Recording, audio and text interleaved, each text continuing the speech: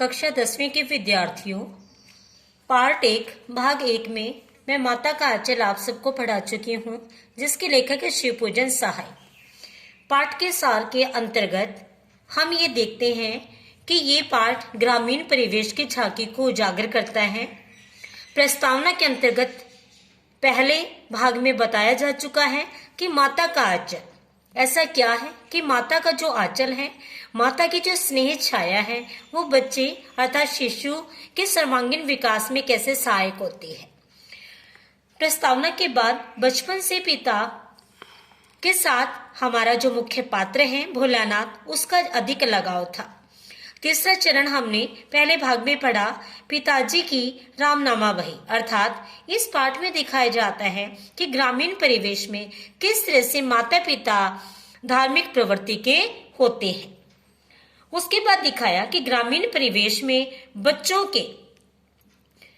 के लिए जो खाद्य पदार्थ होते हैं, गोरस और भात का भोजन। ठीक है बेटा। उसके बाद हमने दिखाया कि यहाँ देखा गया है कि बच्चे का पिता के साथ अधिक लगाव है, किंतु विपदा के समय वो माँ के छत्र छाया को स्वीकार करना चाहता है। यही हमारे पाठ के सार्थकता है। आज भाग 2 में हम पढ़ने जा रहे हैं पाठ का अगला चरण। माँ तेल के उपटन करती है और तरह तरह के खेल, अर्थात माता के द्वारा बच्चे को किस तरह से नहलाया जाता है, किस तरह से रखा जाता है। कभी माँ अचानक पकड़ लेती और मेरे सिर पर कड़वा तेल डालकर सिर की मालिश करती। मैं छटपटाता और रोने लगता। यहाँ भोलानाथ ने कहा कि माता जबरदस्ती मुझे स्नेह से अपने पास बुलाती, तेल मालिश करती, नहलाती धुलाती और मेरे केश संवारती। पिताजी बिगड़ उठते, किंतु माँ उपटन लगाकर ही छोड़ती। मालिश करके फिर माथे पर काजल की बिंदी लगाकर चोटी गूंथती, चोटी में फूलदार लट्टू बांधती। मेरे प्यारे विद्यार्थियों, ये तौर तरीका है, ये रहन सहन का तरीका है ग्रामीण परिवेश, जो 1930 के दशक का झांकी दिखाती है। और रंगीन कुर्ता टोपी पहनाकर कन्हैया बनाकर तैयार करती। मैं सिसकता रहता, पिताजी की गोद में उठाकर बाहर ले जाते। भोलानाथ माता के द्वारा उपटन लगाने के कारण रोता, सिसकता और पिताजी से गोद में उठाकर बाहर ले जाते, अर्थात उसका मनोरंजन करने हेतु, खुशी प्रदान करने हेतु बाहर चले जाते। जैसे ही बाहर आते और इंतजार करते हुए बालकों के झुंड को देखते ही मैं सिसकना भूल जाता। बहुत ही महत्वपूर्ण बात बताइए कि बच्चे अपनी उम्र के बच्चों को देखकर सिसकना भूल जाते हैं। पिताजी की गोद से उतरकर बालकों के झुंड में मिलकर खेलने लग जाता और तरह तरह के नाटक करने लग जाता। वहीं चबूतरे के एक कोने में सब खेलते, अर्थात उस समय पुराने समय में 1930 के दशक की जो ग्रामीण परिवेश की झांकी दिखाई देती हैं, उस समय के खेल खर्चीले नहीं थे, बाजारू नहीं थे, स्वयं बच्चे स्वयं निर्मित कर लेते थे। पिताजी की नहाने वाली चौकी को लेकर उस पर सकड़ने के खंभे बनाते, कागज के टेंट लगाते। मेरे प्यारे विद्यार्थियों, ये जो भाव आया है, ये भाव में उस समय के खेलों को उद्घाटित करता है। पत्तों की पूरी कचौड़ी, गीली मिट्टी की जलेबी, फूटे घड़ों के टुकड़ों के बताशे बनाते और दुकान सजाते। ये भोलानाथ के समय के खेल थे। उन्हें ठीकरों और जैसे मटके टूट जाते हैं, उनके ढक्कन टूट जाते हैं, उनके जो छोटे छोटे टुकड़े होते हैं उन्हें ठीक करके आते हैं और जस्ते के छोटे छोटे टुकड़ों के पैसे बनाते। हम बच्चों से ही खरीदार होते और हम बच्चे ही दुकानदार होते, अर्थात बच्चों के ही खेल खेले जाते थे। थोड़ी देर बाद मिठाई की दुकान बंद कर खरौंदा बनाते। जैसे बच्चे मिट्टी में बना लेते हैं, रेत के मेड़ ही दीवार बनती, तिनकों का छप्पर बनता, दातुन के खंभे और दिया सलाई, जिसको माचिस कहते हैं, उसकी पेटियों के किवाड़, पानी का घी और बालू के चीनी, ऐसे ही घड़ों के टुकड़ों का प्रयोग किया जाता, जो न्यार तैयार हो जाती। अर्थात ग्रामीण परिवेश में जो खेल होते हैं वो मिट्टी और जो सामान्य वस्तुएं होती हैं, जो जिनको कह देते हैं वेस्ट मटेरियल, ठीक है, उन चीज़ों, जो बेकार चीज़ें होती हैं, व्यर्थ चीज़ें होती हैं, उनसे वो खेल तैयार कर दे। हम भी बच्चे पंगत में बैठते, जैसे शादी ब्याह के खेल खेलते। पंगत अर्थात लाइन, पंगत में धीरे से आकर बाबूजी भी बैठ जाते। उनको बैठते देखते ही हम बच्चे घरौंदा बनाकर भाग जाते। बड़ों को देखकर बच्चे थोड़ा शर्मा जाते हैं। वह भी हंसते हंसते लोटपट हो जाते और पूछते, फिर कब होगा भोजन भोलानाथ? अर्थात माता पिता का बच्चे के साथ सहयोग देना, खेलना भी उनकी बाल्यावस्था में सहयोग दिखाना दर्शाता है। अगला चरण आता है बच्चों की बारात और खेती। हमारे पाठ माता के आंचल में बच्चे बारात निकालते, खेती करते। कभी बच्चे बारात निकालते, कनस्तरों का तंबूरा जिसको पीपा कहते हैं उसे बजाते, आम की उगी हुई गुठली को घिसकर शहनाई बनती। इनमें से कोई दूल्हा बन जाता और कोई दूल्हे के पिता अर्थात समधी बन जाते। बारात चबूतरा के एक कोने से दूसरे कोने तक जाकर लौट जाते थे। जिस कोने पर बारात जाती थी उस कोने को आम के पत्तों और केलों के पत्तों से सजाया जाता था। जिस तरह से शादी ब्याह में हम अपने आसपास के वातावरण को सुसज्जित करते हैं, उस तरह से बच्चे भी अपने वातावरण को सुसज्जित किया करते थे। लाल कपड़े से ढककर एक बनी पालकी में दुल्हन बैठा दी जाती थी, अर्थात दुल्हन जैसे घूंघट लगा के अपने सिर पे कपड़ा ओढ़ कर आती है, उसी तरह पालकी में दुल्हन बैठा दी जाती। बारात के लौटने पर पिताजी पालकी के कपड़े को अगर उतार कर देखते तो हम हंसते, वहाँ कोई दुल्हन आदि वास्तविक रूप से दिखाई नहीं देती। ये तो बच्चों की काल्पनिक खेल की बातें हैं। थोड़ी देर में बच्चों की मंडली खेती करने के लिए जुट जाती। अब वो बच्चों ने शादी कर लिए बेटा, मिठाई लगा लिए, व्यापार कर लिए, अब वो खेती करने लग गए हैं।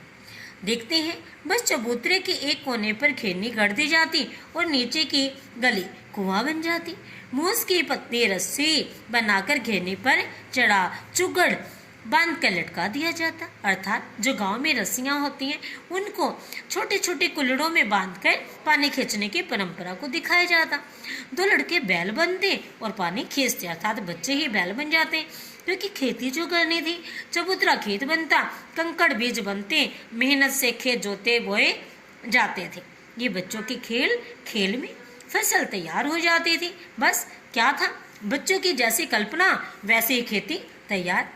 हाथों हाथ काट भी लेते थे, उसे एक जगह रखकर पैरों से रोनते, मिट्टी के बने कसोरे से उसे उसाते, मिट्टी के बने दियों के तराजू बनाकर तोलकर राशि तैयार कर देते।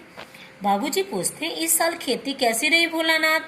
हम सब राशि छोड़कर भाग उड़ते, अर्थात खेल खेल में जब हमसे कोई बड़ा पूछता तो हम उस स्थान को छोड़ देते थे। इस तरह खेल खेलते देखकर बटोही अर्थात जो यात्री थे वे भी रुक जाते थे। ठीक है बेटा, यहाँ समझ आया। अगला चरण आता है कि बच्चों की शरारत और उद्दंडता को उजागर करने के लिए दिखाया गया है।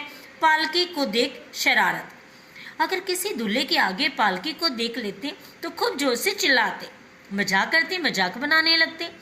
रहरी में रहरी, पुरान रहरी, डोला की कन्या हमारे महरी। इसका अर्थ है कि जो डोले में, जो घूंघट में, जो पर्दे में बैठी हैं वो तो हमारी पत्नी है, ले जा रही हो तो ले जाओ। एक बार ऐसा करने पर एक बूढ़े वर ने हम बच्चों को बहुत दूर तक खदेड़ कर ढेलों से मारा। मेरे प्यारे विद्यार्थियों, किसी दूल्हे के सामने अगर ये कहा जाए कि तुम हमारी पत्नी को ले जा रहे हो, स्वाभाविक है उसे गुस्सा आएगा। ये तो खैर बातें मजाक की थी, बच्चों की थी। उस खसूट खबीस की सूरत लेखक को अब तक याद है। न जाने के ससुर ने वैसा जमाई ढूंढ निकाला था। ठीक है बेटा, ये बच्चों की बाल कल्पना है, वैसे शक्ल का आदमी हमने कभी नहीं देखा। तो ये आपके भोलानाथ की शरारतें थी जो किसी बारात को देखकर भी नहीं रुकती थी।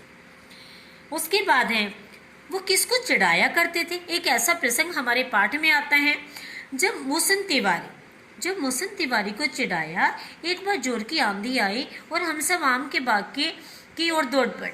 ग्रामीण परिवेश में खेत खलिहानों की कमी नहीं होती है और न ही बच्चों के लिए रोकथाम होती है। आकाश काले बादलों से ढक गया था, मेघ गरजने लगे थे, बिजली कौनने लगी थी, ठंडी हवा सनसनाने लगी थी, पेड़ झूमने लगे थे और गाने लगे थे सुहाना सफर। और ये मौसम हंसे और जमीन को छूने लगे।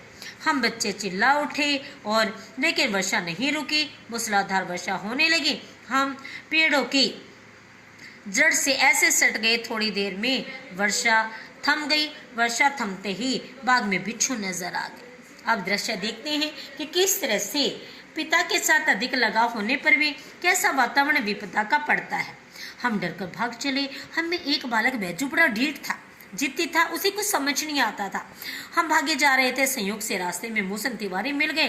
बैजू ने उन्हें चिढ़ाना शुरू कर दिया। हम लोगों ने भी उसी के सुर में सुर मिलाते हुए चिल्लाना शुरू किया। मोहसिन तिवारी हम लोगों के पीछे दौड़ते गए। हम अपने अपने घर की ओर भाग चले। हमारे न मिलने पर तिवारी जी पाठशाला अर्थात विद्यालय पहुंच गए। वहां से गुरुजी ने हमें पकड़ने के लिए 4 लड़कों को भेजा। ठीक है बेटा, मेरे प्यारे विद्यार्थियों, यहाँ तक आप सभी को समझ आया होगा कि उस समय जो पाठशाला थी, जो गुरुकुल थे, उस समय वातावरण कठोरता का पालन किया करते थे। गुरुजी ने अपने बच्चों को प्रताड़ित करने के लिए कुछ बच्चों को भेजा। जैसे ही हम घर पहुंचे वैसे ही 4 लड़के आदम के। बैजू तो भाग गया, मैं पकड़ा गया। गुरुजी ने मेरी खूब खबर ली अर्थात प्रताड़ित किया। उस समय शारीरिक दंडित भी किया जाता था। बाबूजी को जैसे ही पता चला वो मुझे बचाने हेतु पाठशाला दौड़े चले आए। मुझे गोद में उठाया, पुचकारा और मैंने रोते रोते आंसुओं से बाबूजी का कंधा तर कर दिया। क्या मेरे विद्यार्थियों को पता चला? उस समय का जो परिवेश था वो सामान्य था। पाठशाला में बच्चे जाते थे, गुरुकुल या पाठशाला थी, वो कठोरता का पालन कर निर्वाह किया करते थे। माता पिता अपने बच्चों का पक्ष भी लिया करते थे। वे गुरुजी से प्रार्थना करें मुझे घर ले चले और रास्ते में साथी लड़कों का झुंड देखा और फिर हम नाचने गाने झूमने लगे। उन्हें देखकर हम रोना धोना भूल गए। बाबूजी की गोद से उतर गए और लड़कों की मंडली में मिल गए। एक साथ मकई अर्थात मकई के खेतों में घुस गए। चिड़िया उड़ाने लगे अर्थात बच्चों की बाल्यावस्था फिर पुनः वहीं आलापने लगी और हंसते हुए लोगों ने हमें भी देखा। फिर कहा, सचमुच लड़के और बंदर पराई पैर नहीं समझते। चूहे के बिल से सांप निकलना, जो हमारा प्रमुख चरण आ रहा है मेरे प्यारे विद्यार्थियों। अभी तक के पाठ्यक्रम में हमने देखा कि भोलानाथ का पिता बच्चे और अपने मित्रों के साथ अधिक लगाव था।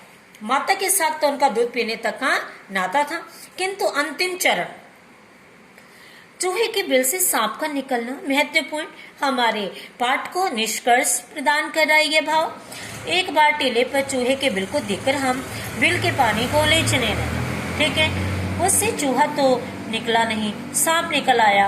हम डरे और रोते चिल्लाते भाग चले। जहां तहां गिरे, सारा शरीर लहूलुहान हो गया।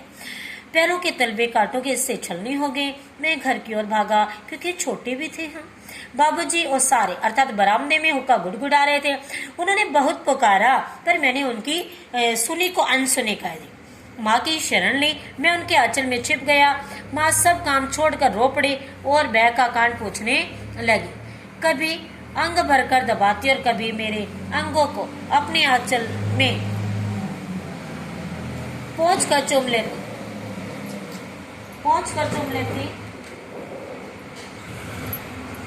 बड़े संकट में पड़ गई। झटपट हल्दी पीस कर लगाई। मैं सांस करते हुए माँ को किसी बात के बारे में, किसी सूचना के बारे में नहीं बता सका। आंचल में छिपा जा रहा था। घर में कोहराम अर्थात शोर शराबा मच गया। सारा शरीर कांप रहा था। रोंगटे खड़े हो गए थे। आंखें खुलना चाहते थे पर आंखें खुल नहीं रही थी। मेरे कांपते हुए होठों को देखकर माँ रोती और बड़े लाड से गले लगाती जा रही थी। इसी बीच बाबूजी दौड़े चले आए। माँ की गोद से मुझे लेने लगे पर मैंने माँ के आंचल के प्रेम और शांति के चंदोवे की छाया नहीं छोड़ी। तो मेरे प्यारे विद्यार्थियों, आज हमारा पाठ यहीं समाप्त होता है।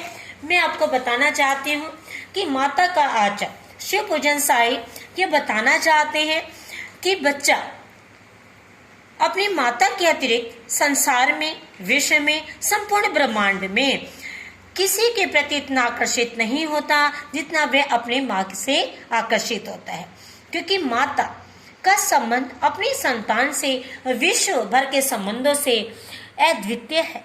माँ अपने बच्चों को अपनी कोख में रखकर सुरक्षा कवच प्रदान करती है। उसके आंचल की छाया में, उसके ममत्व में, उसके हाथों के नीचे उसे सारी कायनात दिखाई देती है। उसके गोद में सुरक्षा की गारंटी है तो स्नेह का आश्वासन दिखाई देता है। उसके आंचल में उसे स्नेह और सुरक्षा दोनों ही प्राप्त होते हैं। तो माता का आंचल हमारा शीर्षक सटीक और सार्थक है।